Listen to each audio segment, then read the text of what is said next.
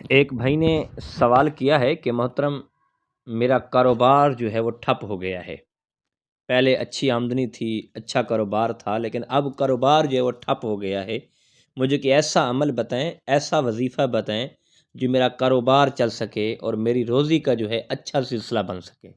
مہربانی فرمائیں، رہنمائی فرمائیں اس بارے۔ جی السلام علیکم ورحمۃ اللہ وبرکاتہ۔ پیارے بھائی، آپ نے جو کہا ہے اور آپ کی بات بالکل سچ ہے، لیکن میں آج آپ کو ایک ایسا وظیفہ، ایک ایسا عمل بتانے جا رہا ہوں جس سے کرنے سے اللہ پاک آپ کو اتنا رزق عطا کرے گا، اتنا رزق عطا کرے گا کہ آپ کی سوچ نہیں ہوگی۔ اب دیکھیں، جو رب رزق دیتا ہے وہ رزق واپس لے بھی سکتا ہے، جو اتنا عطا کرتا ہے وہ ختم بھی کر سکتا ہے، لیکن رب ذوالجلال کچھ بندوں کو رزق اتنا دیتا ہے کہ وہ سنبھال نہیں سکتے، اتنا رزق ہوتا ہے۔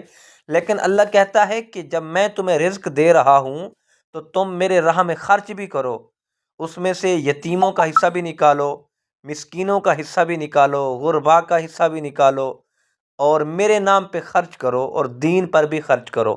جہاں دین سیکھا جا رہا ہو، جہاں قرآن پاک کی تعلیم دی جا رہی ہو، تو ان جگہوں پر بھی خرچ کرو، ان طلباء پر بھی خرچ کرو، اور غریبوں کا بھی خیال کرو، اور یتیم بچوں کا بھی خیال کرو، ہمسایوں کا جو غریب ہیں، جن کے گھر کھانے کے معاملات ہیں، جن کے بچوں کے لباس کے معاملات ہیں، ان کو حصہ نکالا کریں آپ۔ جب آپ ان کا رب کا نام کا حصہ جو رب دیتا ہے، رب کے نام کا حصہ ہم نکالیں گے تو اللہ ہمارے رزق میں اتنی برکت ڈالے گا، اتنی برکت ڈالے گا، کبھی وہ ہمارے رزق کا دروازہ جو ہے وہ بند نہیں ہوگا۔ جب ہم رب کے نام پہ دینا بند کر دیں گے، جب ہم اپنی دولت کو سنبھال کے رکھیں گے کہ ہم اگر اس کو کسی غریب کو دے دیا تو یہ ہماری پیسے کم ہو جائیں گے، تو صاف ظاہر ہے جو رب دے سکتا ہے وہ رب لے بھی سکتا ہے، چھین بھی سکتا ہے۔ اور اللہ پاک ہمیں رزق جو اللہ نے دیا ہے وہ غربا کا حصہ بھی نکالنے کی توفیق دے۔ اللہ یتیموں اور مسکینوں کا حصہ اور دین کے طلباء کا حصہ بھی نکالنے کی توفیق دے۔